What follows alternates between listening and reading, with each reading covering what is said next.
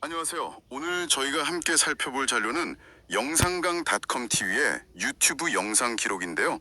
바로 천년고찰 나주 중림사에 대한 이야기입니다. 아, 중림사요? 네. 네. 근데 이게 그냥 오래된 절 이야기 뭐 그런 게 아니고요. 핵심은 이 작은 사찰이 사실은 그 과거 남평 지역을 주름 잡던 토착 세력, 그러니까 호족들의 거의 뭐랄까 정치적 아지트 같은 역할을 했다는 겁니다. 네, 상당히 흥미로운 관점이죠. 그래서 정문천 소장님의 자료를 바탕으로 이 종교가 어떻게 그 당시의 권력과 맞물려 돌아갔는지 그 연결고리를 한번 파헤쳐보려고 합니다. 이 이야기가 당신에게 어떤 의미를 던져줄지 같이 한번 탐구해 보시죠. 자, 그럼 바로 본론으로 들어가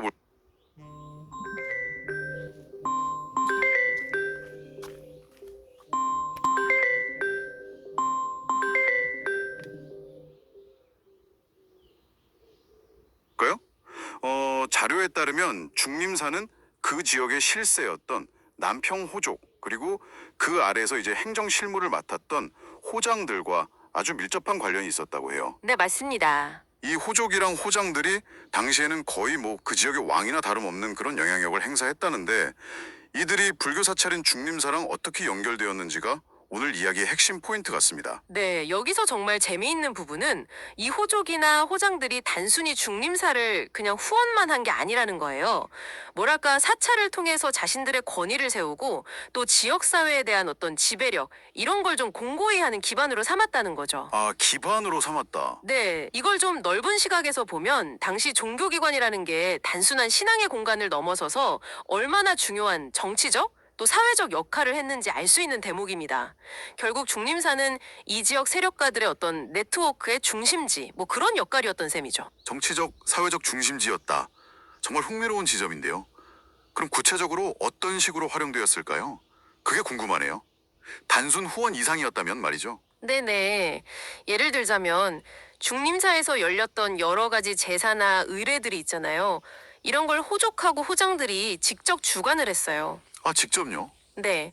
이건 그냥 종교 행사가 아니고요.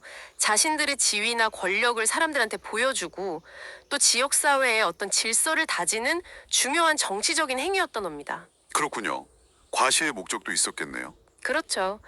그리고 또 사찰이 마을 사람들의 어떤 구심점 역할을 하면서 공동체 유지에도 기여를 했고요.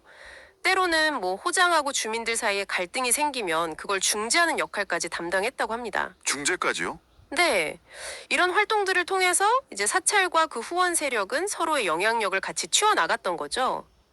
실제로 사찰에 남아있는 후원 기록이나 뭐 시주 명단 같은 것들이 있거든요. 아, 증거들이 있군요. 네, 그런 것들이 당시 이 호족들이 얼마나 재정적으로 깊이 관여했는지를 보여주는 직접적인 증거가 됩니다. 그렇군요. 종교 행사를 통해서 권위도 다지고 주민 결속에 또 중재 역할까지 정말 다각도로 활용했네요. 그럼 혹시 그 건물 자체에도 그런 어떤 흔적이나 특징 같은 게 남아 있을까요? 아, 맞습니다. 중림사 극락보정 건물 자체도 좀 살펴볼 만한데요. 이게 조선 후기 양식이긴 한데 아담하면서도 되게 짜임새 있는 구조가 특징이에요. 예를 들면 그 바람을 막으려고 지붕 끝에 덧댄 판 있잖아요. 풍판이라고 하는. 네네.